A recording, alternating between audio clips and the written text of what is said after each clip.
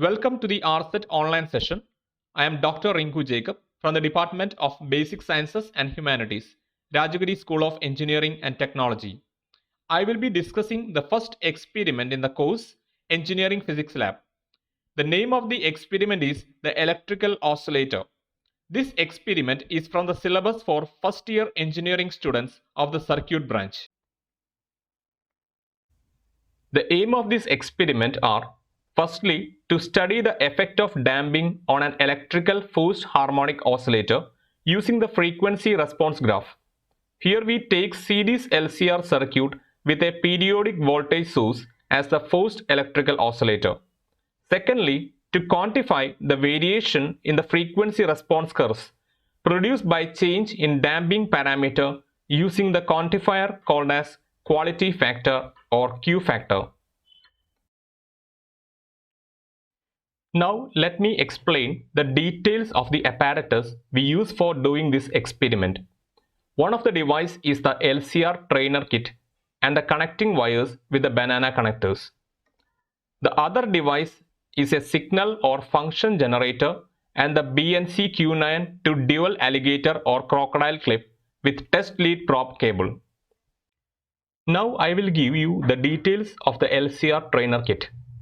As you can see in the image, the LCR trainer kit contains three different values of resistors. That is 47 ohm, 100 ohm and 150 ohm, and three different capacitors, that is 0.1 microfarad, 0.22 microfarad and 0.33 microfarad, and one inductor of 30 millihenry.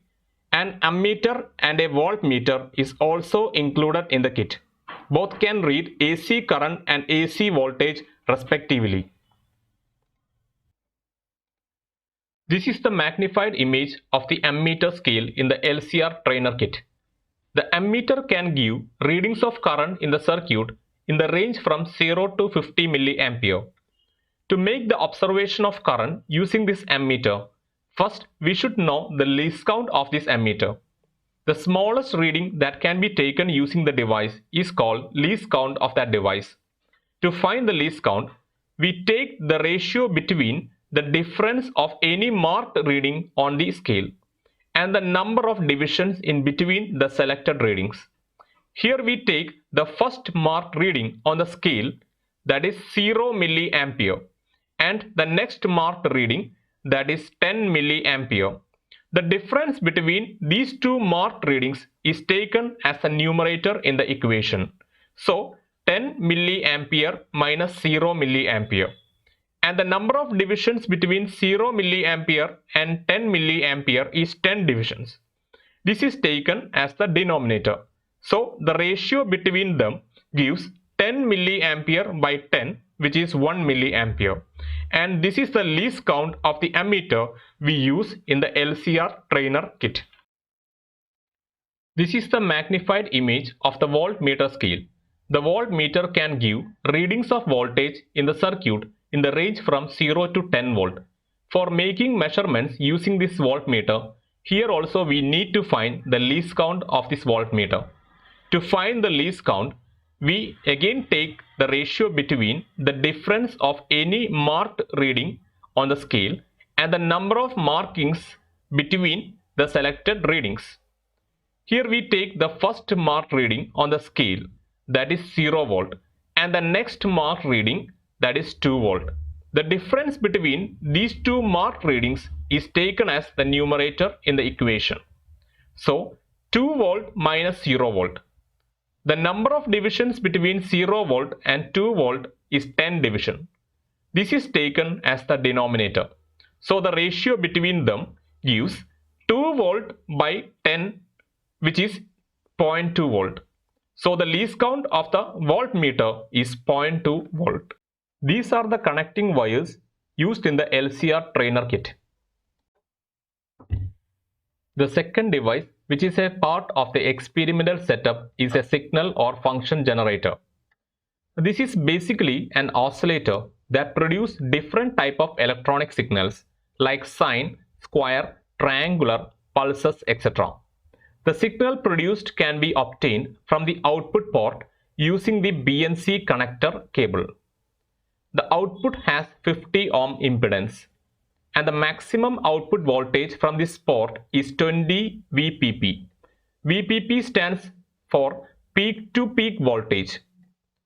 The maximum frequency this oscillator can generate is 1 MHz. The frequency of the generated signal can be varied using the knob named as frequency variability. And the amplitude of the signal can be varied using the knob amplitude variability. The type of signal can be selected using the function button. For this experiment, we select the signal to be as sine wave.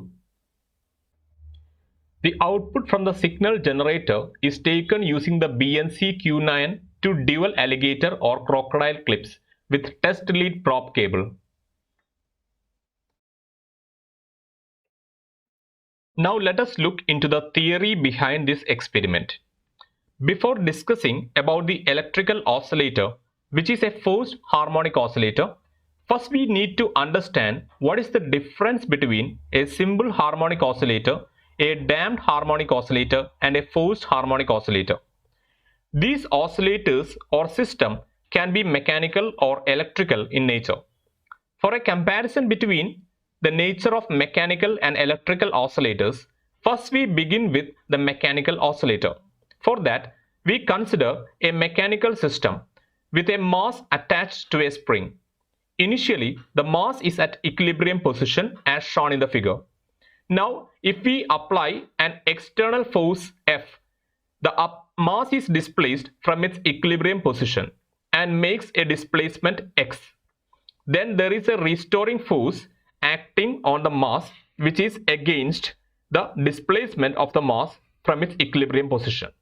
In classical mechanics, if a body experiences a restoring force F restore when it is displaced from its equilibrium position, and if the restoring force is proportional to its displacement x, then the system is called as a harmonic oscillator. And if F is the only force acting on the body, then the body is said to be a simple harmonic oscillator. The restoring force is given by F restore equal to minus Kx, where K is the spring or force constant. In the equilibrium condition, that the applied force is balanced by the restoring force. We write F equal to minus Kx. By Newton's second law, we can write the force as the product of mass and acceleration.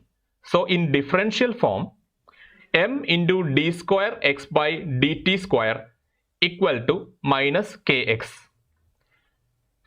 Dividing throughout by m on both sides and rearranging, we get d square x by dt square plus k by m into x equal to 0. This is the differential equation for a body executing simple harmonic motion or oscillation. Now we assume the entire setup is immersed in a tank containing any fluid with a damping coefficient denoted by B. For motions of the mass with small velocities through the damping medium, there is a damping force acting on the mass, which is proportional to the velocity. So the damping force is F damp equal to minus BV. The negative sign indicates the force is opposite to displacement of the mass, and B is the damping coefficient of the damping medium. The restoring force is F restore equal to minus Kx. So under equilibrium condition, the damping force and the restoring force balances the applied force. That is, applied force F equal to damping force F damp plus restoring force F restore, or F equal to minus BV minus Kx. In differential form, the force F can be written as mass into acceleration, that is m into d square x by dt square, and the velocity as dx by dt. So we get m into d square x by dt square equal to minus b into dx by dt minus kx. On rearranging, we get the equation d square x by dt square plus b by m into dx by dt plus k by m into x equal to 0. This is the differential equation for a damped mechanical harmonic oscillator. This differential equation can be modified as d square x by dt square plus 2 beta into dx by dt plus omega 0 square into x equal to 0. Here b by m is replaced by a constant called 2 beta, and it is the damping produced on unit mass and is called as the damping constant. Also, k by m is replaced by omega 0 square, and it is the restoring force acting on unit mass. So damping constant beta is related to the damping ability of the medium on the oscillating mass, and omega 0 is related to the restoring ability of the oscillator. Based on the values of beta and omega 0, there are three different cases for the motion of the mass through the damping medium. Firstly, when beta is greater than omega 0, that is, when the damping is more compared to the restoring ability of the oscillator. This condition is called overdamped case. Under this condition, the mass will not be oscillating or making to and fro motion. Instead, its displacement gradually decreases exponentially with time and comes to rest. Secondly, beta equal to omega 0. That is, when the damping ability of the medium is equal to the restoring ability of the oscillator. Under this condition also, there will not be any oscillation, and the displacement of the mass will gradually decreases exponentially with time and comes to rest. But in this condition, the exponential decay of the displacement of mass to the equilibrium point will be much faster compared to the overdamped case. This condition is called as critical damped case. And the third case is when beta is less than omega 0. That is, when the damping is less on the oscillator compared to its own ability to retain the oscillation. This condition is called as underdamped case. In this case, the oscillator, which is the mass hanged in the spring, can make to and fro motion. But due to the presence of damping, the amplitude of oscillation will decrease exponentially with time. Also, the frequency of oscillation will be less than the natural frequency, or the frequency when there is no damping for the oscillator. The new frequency is called reduced frequency, and it is given by omega equal to root of omega 0 square minus beta square. The figure shows the displacement time graph for overdamped, critical damped and underdamped case. In the case of a damped harmonic oscillator, the oscillation will stop after a given time. So in order to sustain the oscillation, there should be an external periodic force which helps to retain the oscillation even in the presence of damping. Such a damped harmonic system onto which the external periodic force is acted is known as forced harmonic oscillator. Here the applied periodic force is denoted by f of t equal to f0 sine omega ft, where omega f is the angular frequency of the external periodic force. Under equilibrium, the net force acting on the mass is the sum of damping force, restoring force and the periodic force. So, F equal to F damp plus F restore plus F of t, or F equal to minus BV minus Kx plus F0 sine omega Ft. In differential form, d square x by dt square plus b by m into dx by dt plus k by m into x equal to f0 by m into sine omega ft, where f0 by m is the external force acting per unit mass. And this is the differential equation for a forced harmonic mechanical oscillator. Now we can look into the series LCR circuit with an external periodic voltage source. As you can see in the figure, The series LCR circuit is formed by connecting an inductor of inductance L, a resistor of resistance R, and a capacitor of capacitance C in series with a periodic voltage source given by V of t equal to V0 sine omega ft. The voltage produced by the source is shared between the L, R and C components. So the potential drop across the inductor L is VL equal to L into di by dt, and that across the resistor R is VR equal to I into R, and across the capacitor is Vc equal to Q by C. Here I is the current and Q is the charge stored in the capacitor at any instant of time. Now applying Kirchhoff's loop rule to the circuit, we write the sum of potential drops across the components L, C and R is equal to the applied voltage, that is the voltage of the source, that is VL plus VR plus Vc equal to V0 sine omega ft. So writing the potential difference values into the equation, we get L into di by dt plus I into R plus Q by C equal to V0 sine omega ft. Here current I is the rate of flow of charge with respect to time. So I equal to dq by dt. So using this value in the above equation, we get L into d by dt of dq by dt plus R into dq by dt plus Q by C equal to V0 sine omega ft, or L into d square Q by dt square plus R into dq by dt plus Q by C equal to V0 sine omega ft. Dividing both sides of the equation using the value of L, we get d square Q by dt square plus R by L into dq by dt plus 1 by LC into Q equal to V0 by L into sine omega ft. This is the differential equation for a forced electrical oscillator. Comparing the differential equation for forced electrical oscillator and forced mechanical oscillator, we can see that both the equations are analogous to each other.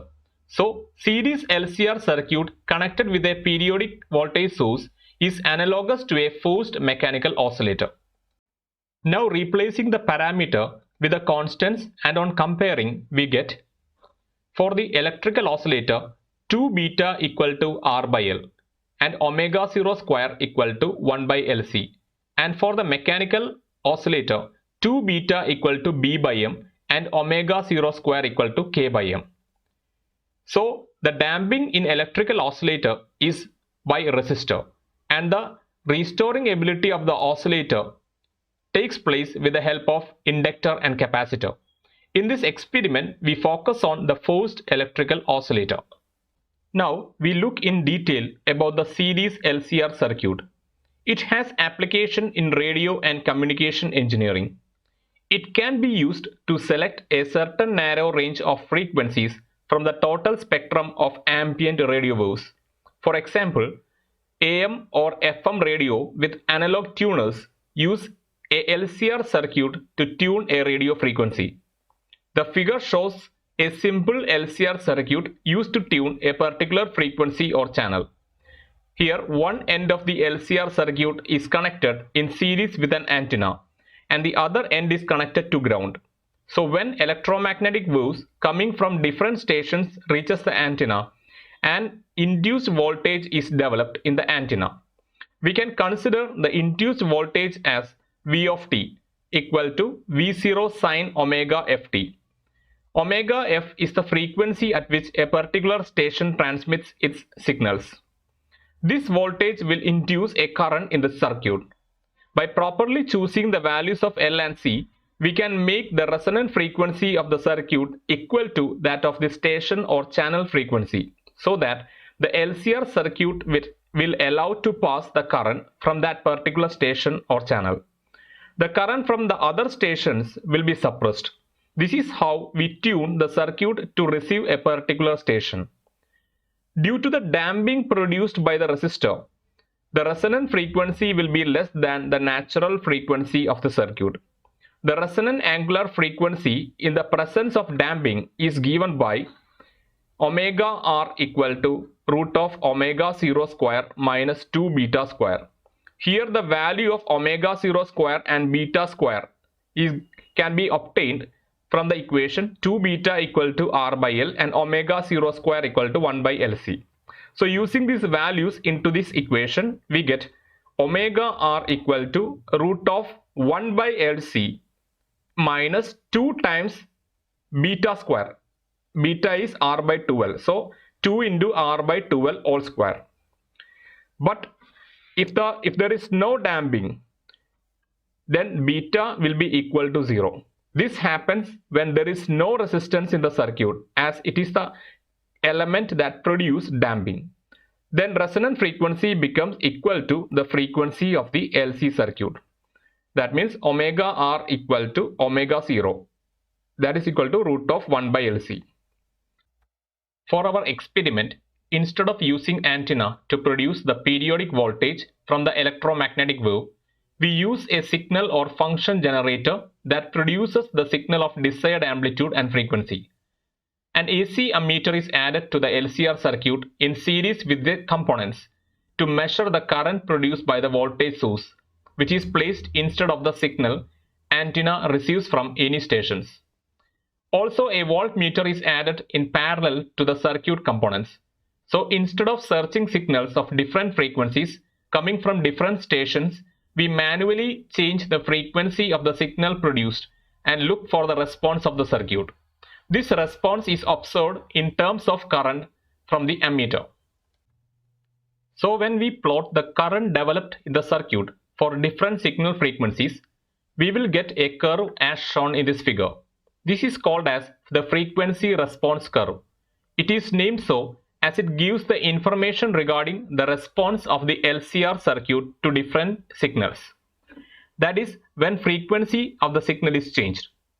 The x-axis of this response graph is the frequency of the signal applied to the LCR circuit, and y-axis is the observed current in the ammeter that corresponds to signal with the respective frequency. It can be seen in the figure. The current in the circuit is maximum at a particular frequency called as a resonant frequency, and it is denoted by Fr. When we apply signal of this frequency to the LCR circuit designed with a particular value of L, C and R, then the frequency of the LCR circuit becomes equal to that of the applied signal frequency. This condition is called as resonance. So the impedance of the circuit becomes minimum, that is equal to the resistance produced by the resistor only. So the current becomes maximum in the circuit. For all other values of applied signal frequency, for the same values of L, C and R, the current reduces and comes to minimum value. If the frequency of the applied signal is varied from a minimum value to some maximum value, that gives the frequency response curve as shown in the figure. And repeat the experiment for different values of resistances. For a demonstration, I am showing R equal to 5 ohm, 10 ohm and 20 ohm.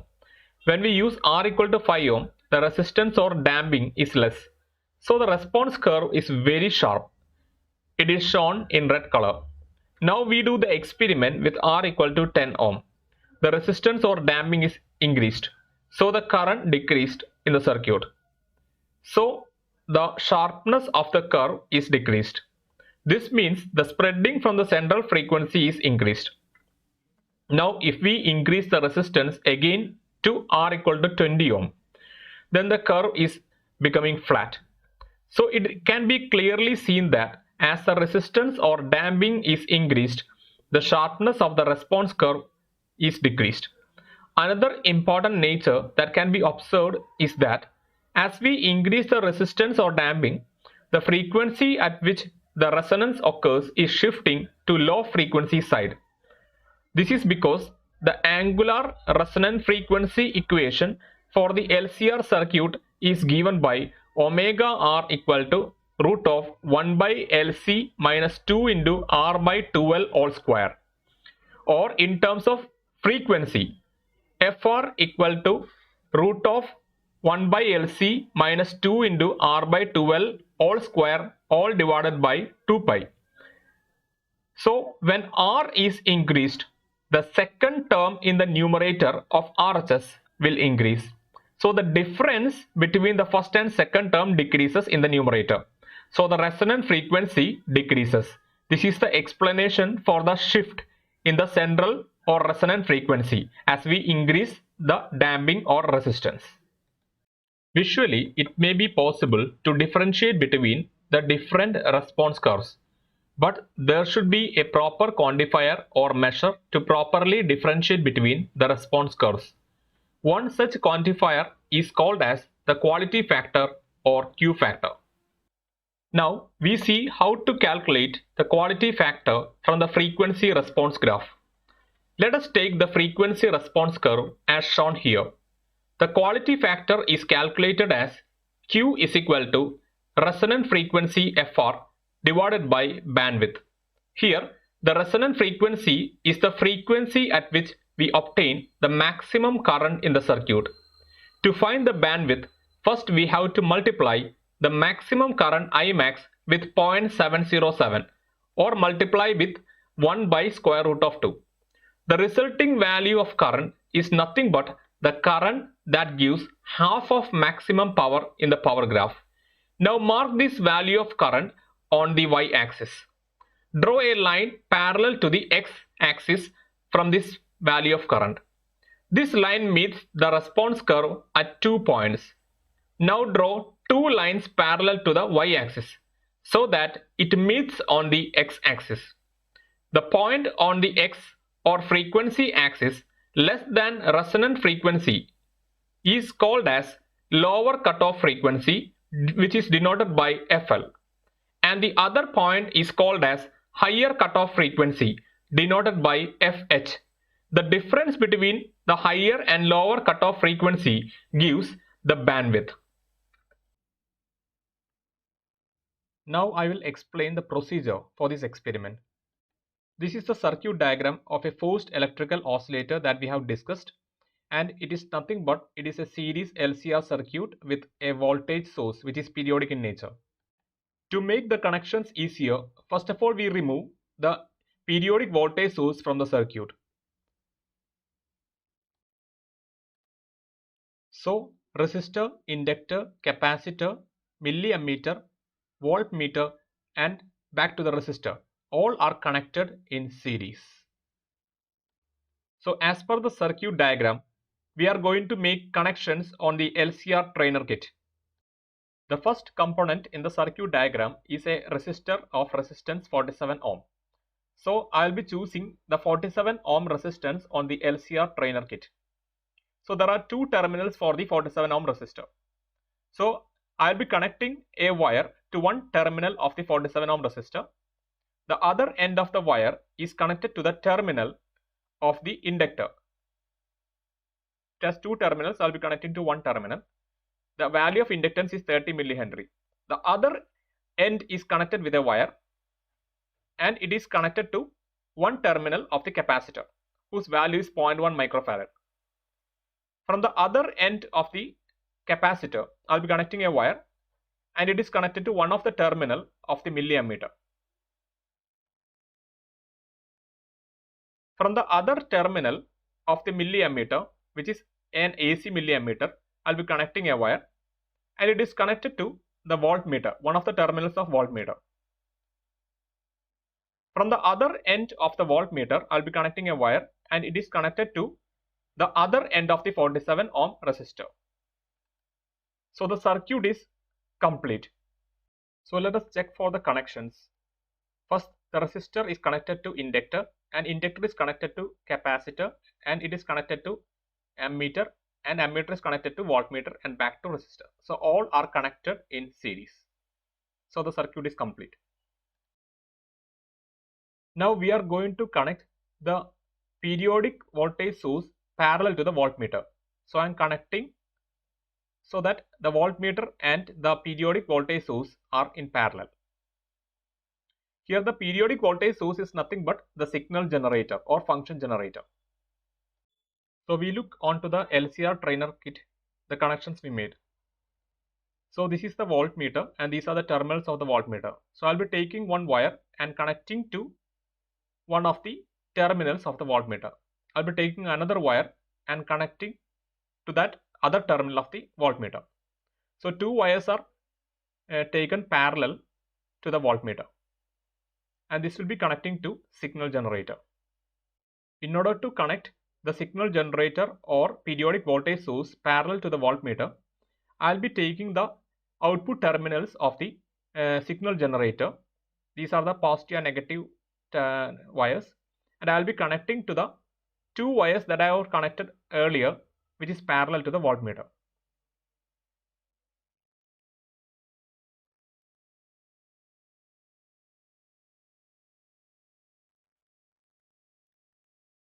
So the next procedure is to test whether the circuit connections are correct. For that, we turn on the signal generator and we turn the amplitude variable knob, and you can see when you turn, the amplitude is increasing, and here also it is increasing. So I am turning till it reaches 4 volt on the voltmeter. So on the voltmeter it is showing 4 volt.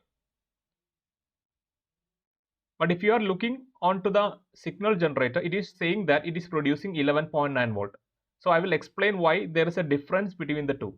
Since they are connected in parallel, both should give the same value. And if you are looking to the ammeter, it is also actually changing. The readings are changing, which means the circuit connections are fine. As we have already seen, the aim of the experiment is to find the effect of damping on a forced electrical oscillator, and it can be studied by using a frequency response graph. So from this experiment, we are going to plot a frequency response graph. So for plotting this graph, we require the frequency on the x-axis and the current along the y-axis. So the frequency information can be taken from the signal generator, and the current information can be obtained from the ammeter or milliammeter on the LCR trainer kit. Before you make the observation, first of all you have to understand the readings that is coming on the signal generator. So you can see sine. When you press the function button, it turns to triangle. Again, when you press the button, it turns to square, pulses, then TTL signals, and back to sine. So when you press the function button, the output it generates from the signal generator is changing. So now it is producing sine. So when you change the function, it will be producing square waves, pulses, etc.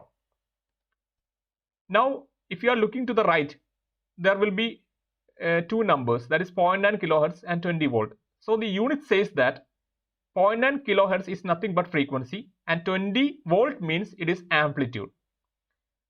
So 0.9 kilohertz can be varied using the frequency variable. So when you turn the frequency variable knob, you can see the frequency is changing, the output frequency. That means it is generating a sine wave and its frequency is varied, its amplitude is constant. Now you can vary the amplitude by turning the amplitude variable knob. So you can see you can change the corresponding value. So this is how you generate the desired signal of particular frequency and amplitude. So you have to understand that the 2 volt shown here is not amplitude, it is peak to peak voltage. So half of this value is called as amplitude. So if it is showing 2 volt, the actual amplitude of the wave is 1 volt. So again, let me show how to generate a sine wave of a desired frequency and amplitude. So here you can see you are generating a sine wave because it is showing sine, and it is showing a 0.9 kilohertz frequency, and 2 volt is the peak to peak value of voltage, which means 1 volt is the amplitude. So 0.9 kilohertz can be varied by turning the frequency variable knob, and the 2 volt, that is the amplitude, can be varied using amplitude variable. So let me show. When you turn the frequency knob, the frequency is changing, and in order to change the amplitude, you change the amplitude variable knob. So you can see you are changing the amplitude. And the output can be obtained from the output terminal. That is a BNC connector. So in order to get a frequency response curve as shown here, when you increase the frequency, the current should first increase and reaches a maximum value that is called Imax. And thereafter, when you further increase the frequency, the current is going to decrease and comes to minimum value. So that is how you get a curve as shown in the figure. So we have to check whether we are getting a similar observation of current when you increase the frequency. So what you are expecting is when you increase the frequency knob, that means you are increasing the frequency of the sine wave. The ammeter should show an increasing current, and it starts to increase and reaches a maximum value, and thereafter it should come back to the starting point or the minimum value. So we will check whether you can see such an observation from the circuit we have already created. Now let us check what happens to the current when you increase the frequency applied. So the change in current in the circuit can be obtained in the ammeter. So let's see what happens when you increase the frequency. So I am increasing the frequency slowly from 0.9 kilohertz, and as I'm increasing, you can see on the ammeter reading is going up and reaches a maximum, and it is coming back. I'm continuously increasing the frequency, but after reaching a maximum current, it goes down to a minimum value. So this is what we get from the observation. So when you try to plot this information onto a graph by plotting frequency along the x-axis and the corresponding currents you observe on the y-axis, you will be getting a curve similar to this one. Then you can say that you are going to get a frequency response curve for a particular damping. That is, here we are using 47 ohm, L equal to 30 millihenry, and C is equal to, that is capacitance equal to 0.1 microfarad. So for this particular combination for particular values, you are getting a particular frequency response curve. Now you will be repeating the experiment so that you can see what happens to the frequency response curve, whether it is changing accordingly with the theory. So in the theory you have seen, once you increase the damping by increasing the value of resistance, when you plot the frequency response, the sharpness gradually decreases. Again, when you increase the value of resistance, then you will be seeing the peak value or the sharpness is decreasing and finally becoming flat. So we have to test whether we are going to get a similar observation in real systems. So this is the table for tabulating the data. That is the frequency observed from the signal generator in kilohertz and the current observation from the ammeter in milliamperes. So using this data, you will be plotting the frequency response graph. That means the frequency will be coming along the x-axis and the current will be coming along the y-axis. So when you use this data or observation, then you will be getting the frequency response graph. When you plot the frequency response graph with resistance 47 ohm and 100 ohm and 150 ohm, you will be getting a similar type of graph. So from this graph, you can differentiate between them, but in order to clearly express the difference, you have to express the change in terms of a quantifier called as quality factor, and we have already discussed how to find the quality factor from a given response curve. So you have to separately find the quality factor by the process already explained in the theory for the three graphs. So you will be getting the quality factor, a high value for resistance equal to 47 ohm. Because of low resistance, the sharpness is more, so you are expecting to get a high value of quality factor. And for 100 ohm, when you find the quality factor, that quality factor will be less compared to that of 47 ohm. And for 150 ohm, you will be getting the least value among the three. So this is the result that you will be getting after doing the experiment. So by doing this experiment, we study the effect of damping on a forced electrical oscillator with the help of a frequency response graph. It is seen that As we increase the damping by increasing the value of resistance in the LCR circuit, the sharpness of the frequency response curve decreases. And this is also quantified using the measure called as quality factor or Q factor. So thank you. For more lectures, please visit the following link.